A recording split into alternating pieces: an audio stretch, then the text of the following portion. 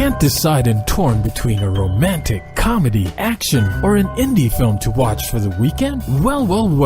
Golden State Media Concepts Movie Podcast is your ultimate guide to the latest movies. Join us as we dissect the latest on the blockbusters. It's the Golden State Media Concepts Movie Podcast.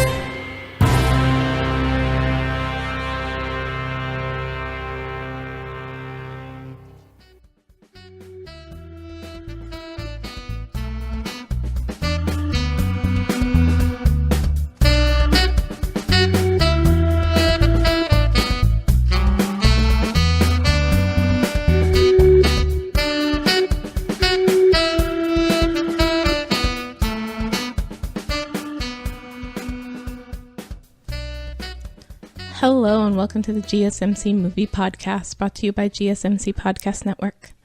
I'm your host, Staci, and today we will be talking about two survival, but also kind of love story movies, which is Adrift and The Mountain Between Us. So, as of this recording, Adrift has just come out, and this is the film based on a true story starring Shailene Woodley and Sam Claflin about a couple who is sailing a yacht across the Pacific Ocean when they run into a hurricane which disables their yacht, and they have to try and find a way to survive when they're out in the middle of the ocean, far from where they meant to be, and they can't move as quickly as they'd like because the boat's kind of broken down. So yeah, this film, I was going into it, I was more interested in the story than the actors. I liked Sam Claflin as Finnick in the Hunger Games films, but I don't know that I've seen him in... I'm not sure I've seen him in anything else, and if I have, it didn't really leave an impression on me. I've not been the biggest Shailene Woodley fan before. I watched the first two Divergent films and I don't super like those films in general. I think there's a number of problems with them, but I didn't really care for her, and I've not really wanted to see too much else that she's been in. Like, I actually read The Fault in Our Stars and got emotional about it, and then was like, you know what, I've read it. Even though I'd like to see the film, I'm not a big Shailene Woodley fan, so I won't. But she rises, in my estimation, in this film. If you've seen the previews, you know that Sam Claflin's character gets injured. He has a broken leg and broken ribs and can't really do much in this whole, we have to find some way to survive as we're drifting in the ocean thing. So she has to do most of the heavy lifting, like both metaphorically, but also physically. She has to lift a metal pole. She at one point has to pull Sam Claflin, his character's name is Richard, out of the ocean, and he can't really help her at all. She has to do a lot of the physical stuff, but she also has to do a lot of the just storytelling, acting wise, because he can't really do much. He can't even move too much because his character would be in so much pain. So he, a lot of time, kind of talks with his eyes closed, or kind of talks looking very not fully awake and not fully there. And I mean, broken leg and broken ribs in the middle of the sea where you're running out of food and water and don't really have, proper medicine. Yeah, I'd be, off somewhere too. In my mind, that's a lot to deal with. So in this film, we start with the part sort of in the preview where you see her in the cabin that has a bunch of water and she's yelling for Richard and can't find him, and then jump back in time to before that whole thing happened and before she even met him.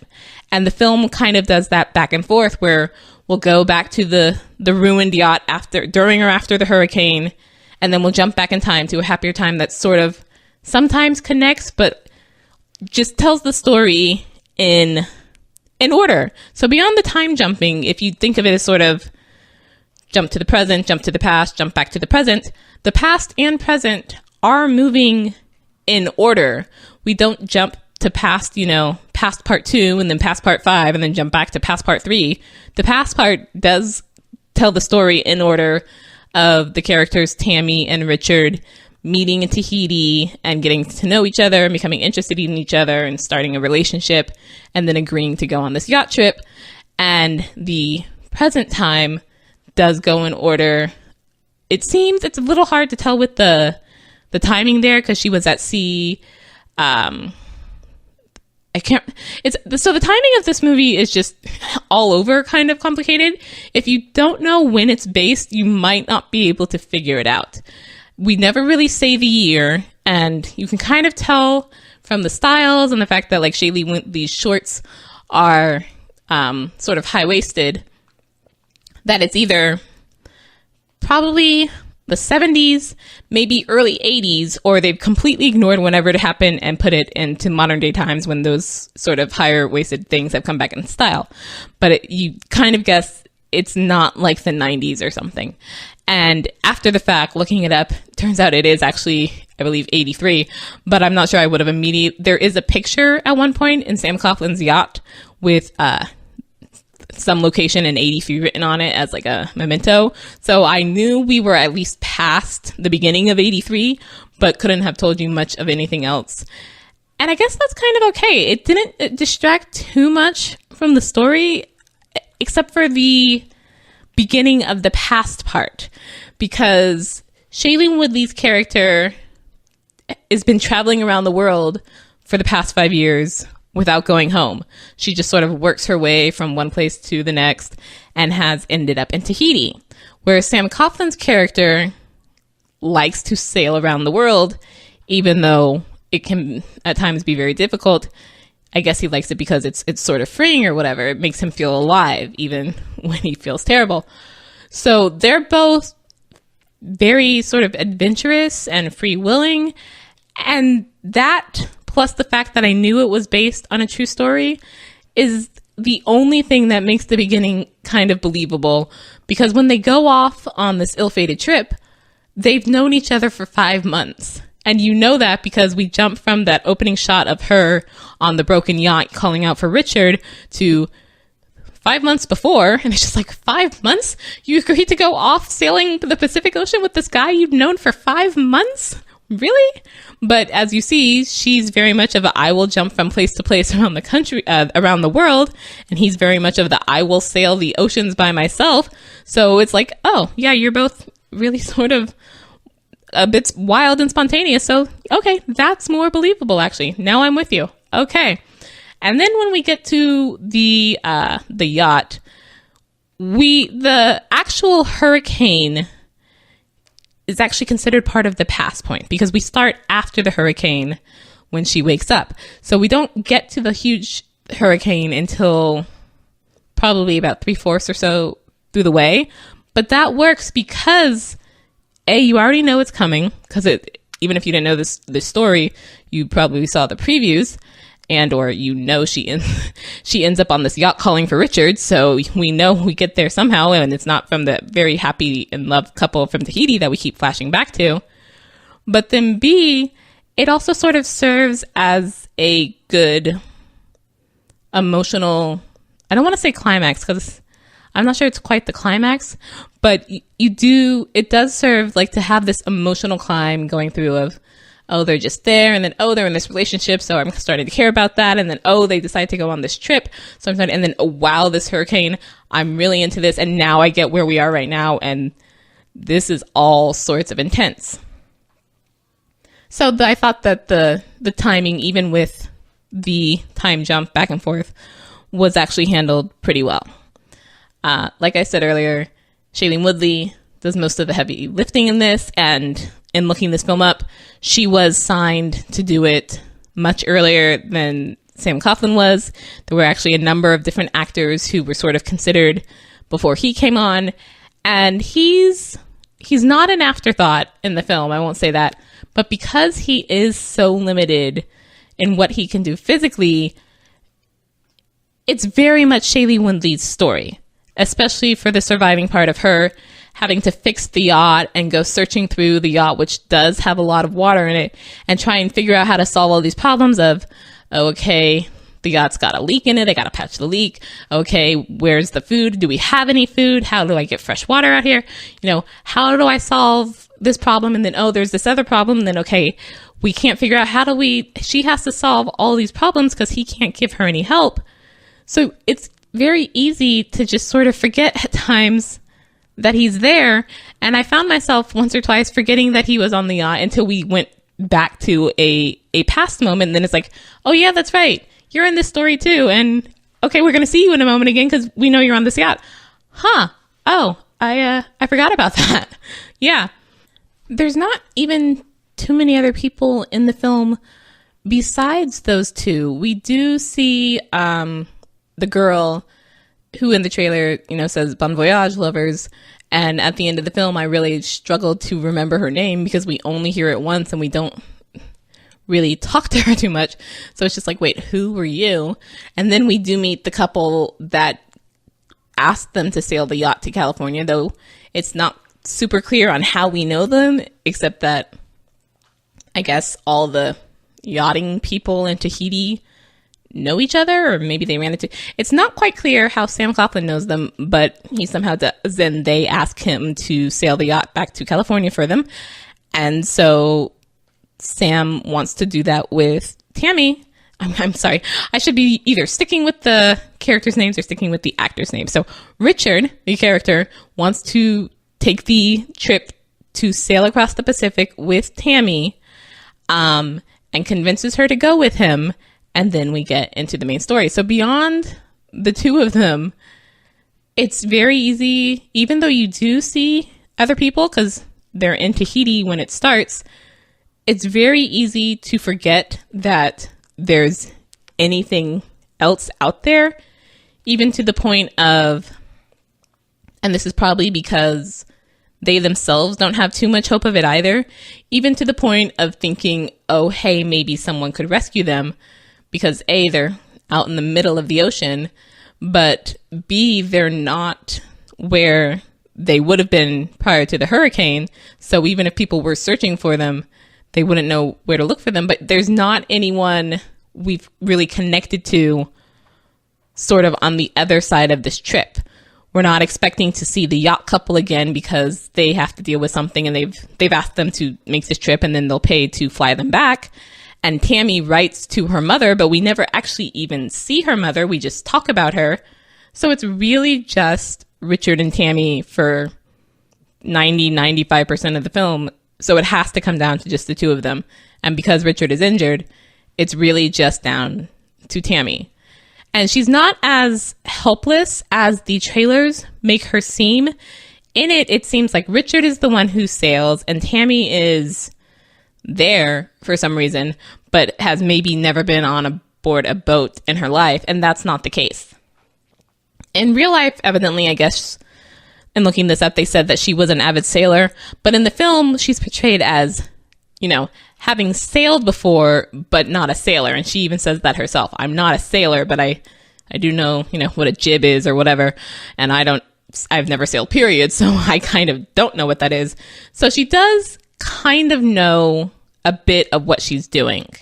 She's not as great at it as Richard is, but she's not as completely helpless as I expected going into this film, having seen the trailers. But that doesn't mean that it's easy for her. And it's a bit, and again, this goes back to that they're both clearly wild and freewheeling. Even though I know this is a true story, seeing some of the choices she makes once we have the hurricane, I kept thinking she should have died like 5 times over. Like there's one part at the beginning where the mast has been broken with the sail on it and it keeps banging up against the boat. So she's trying to cut it free. But in doing so, I think it's a jib or the sail, the whatever, falls with the mast and she doesn't want that to happen. So she grabs at it, but then falls into the water and then ends up below the sail in the water and so nearly drowns. And I'm just like, you are by yourself. Is this really the best choices to be making? But then even when we have Richard, there's some things where I'm just like, that's not exactly what I think your priority should be when you're wrecked at sea and don't have very much chance of getting anywhere. Like at one point she discovers a jar of peanut butter, and they're both so excited about that. And I'm just like, but peanut butter would make you thirsty and you have very limited water. What are you doing? So it's a bit strange. At times I'm just like, yeah, okay, I don't know that that's the best choice to make in this life or death situation.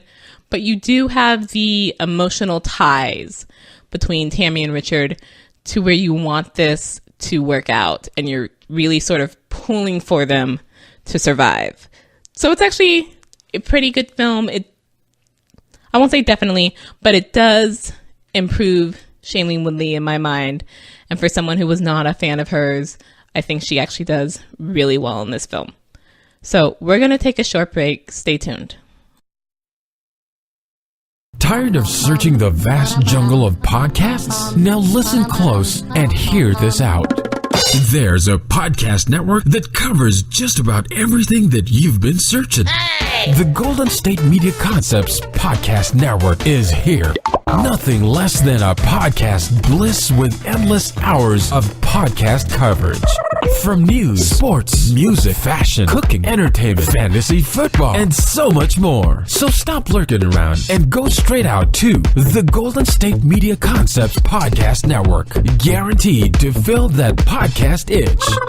Whatever it may be. Visit us at www.gsmcpodcast.com. Follow us on Facebook and Twitter, and download us on iTunes, SoundCloud, and Google Play.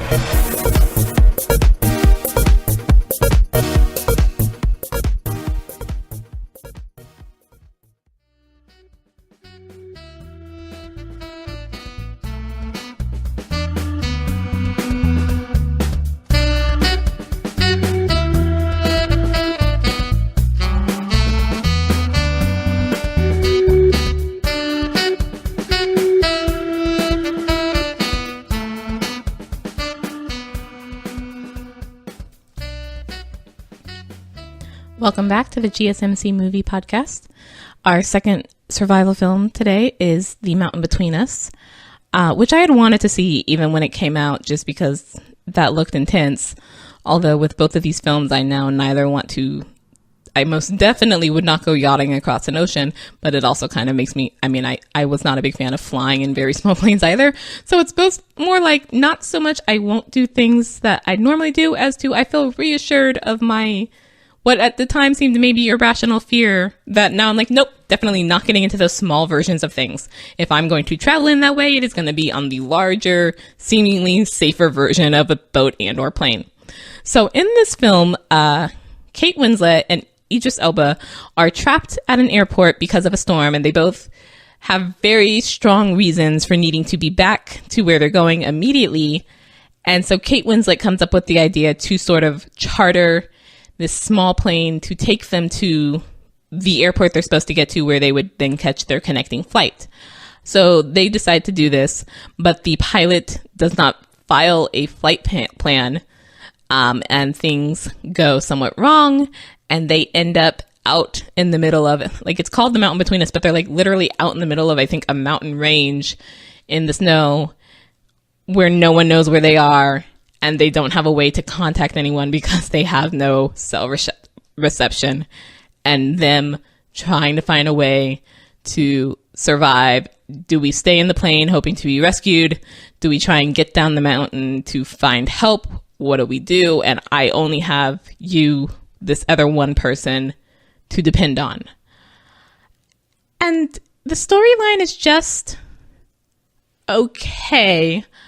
I found myself, as we were going into it, really hoping that we wouldn't have a love story, and we get something from Kate's backstory at the beginning that I'm like, okay, it's just going to be a survival film, and what that means, you know, as us as humans and turning to others in our moment of need and all that. And then, yeah, we do get a love story. Just... yeah, heavy sigh. There's not much. I was just like, oh, really? And I found myself, as we start seeing them sort of not even have feelings, sort of connect to each other more, even though they still sort of frustrate each other. But because they have to rely on each other, they start getting closer, and it starts feeling more and more like we might possibly get to a love story. And I found myself constantly thinking of that line from Speed about relationships based on intense circumstances never lasting. And it's just like, yeah, this is not going to work. This is a once in a gazillion thing that doesn't happen to most people. And if you get off this mountain, what are you going to do? This is, don't do a love story. Oh, why are we doing a love story?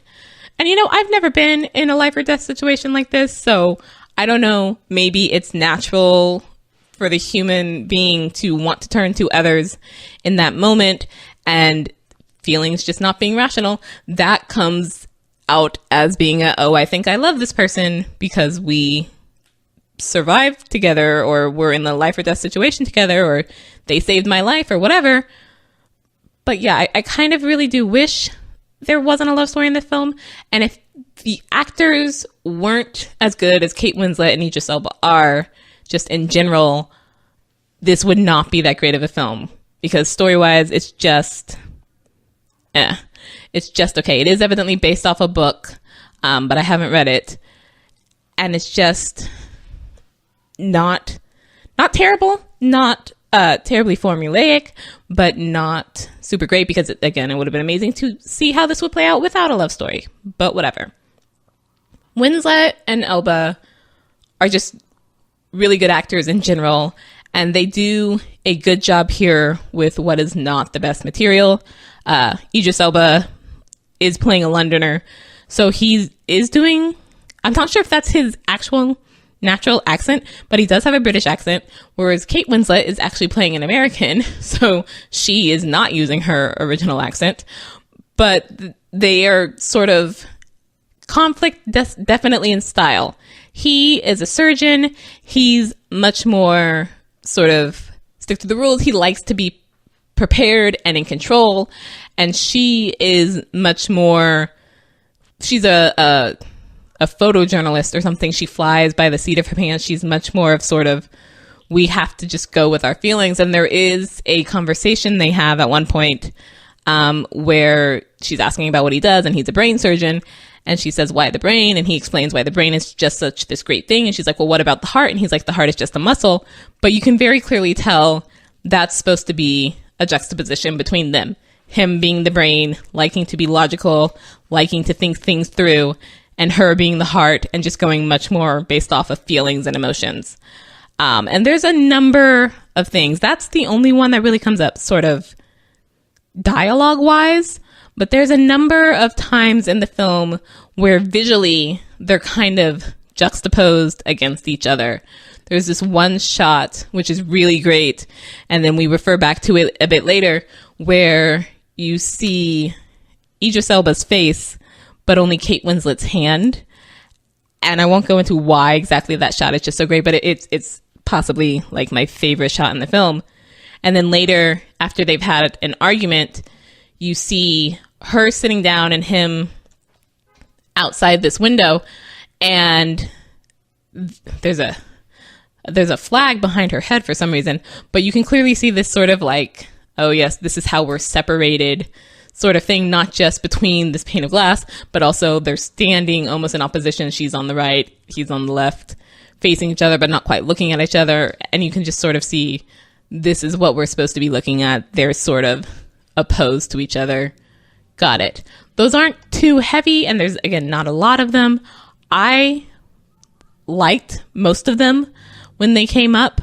But yeah, and then the last, I don't know, maybe 20 minutes of this film or so were just sort of for me. And I think that's a lot where the film, where people maybe didn't like the film as much. It doesn't feel like the film finished well, based off of what we got with the whole confrontation of them and them having to learn how to work together because they've only got each other to survive, to where we get in the ending is just sort of, okay, I guess that's maybe realistic-ish, but, And there's a thing, again, not the best material, there's a thing with a dog in this film that a good amount of time just felt like, no, really? Just why do we have this dog? This dog is just sort of a device. Do we really have to have this dog? And would two people in this, very desperate survival situation really care as much about this dog as they do? Because at one point the dog is injured and Kate Winslet wants him to take care of the dog, and so they do. And I'm just like, but wait, really? Like, would you really be like, oh, we've got to save the poor dog while we ourselves are afraid we're going to die out here on this mountain? Really? That's your... Again, I've never been in either of these situations, so I don't know what my priorities would be, but I'm just like, priorities, people. You could die. Are these really your priorities right now? Okay, whatever. But we do then later, again, the dog is sort of a device. We do see a reason later why we needed the dog, or otherwise the story couldn't have continued the way it did. But for the most part, most of the time when the dog's there, I'm just like, why is the dog there? Except that I think also there maybe needed to be a break, because again, like Adrift, there are other characters in this film, but you don't see them very much at all. It is mostly Elba and Winslet on the mountain by themselves and dealing with each other. And unlike Shailene Woodley and Sam Coughlin's characters in Adrift, Idris Elba and Kate Winslet are not in love when this story starts, and so they don't even have that connection. To tie them together in what is a very desperate survival situation. Like, we actually get at one point even a conversation between the two of them about how it's okay if you want to leave. I'd understand anybody would leave in the situation and go and save themselves. So because they really have never met each other before they decide to charter this plane together, there's much more of them having to learn with A, this is the person I don't know, and B, this is a person who's quite different from me. And yet we're tied together in this situation where if we don't stick together, at least one of us most definitely wouldn't survive. But the only way we're going to survive together is by learning to deal with all these things that sort of drive us crazy about the other person. So they do well for the most part, performance-wise. I think Elba as his character, I guess, does well pretty much throughout the whole film. Kate's character is a little...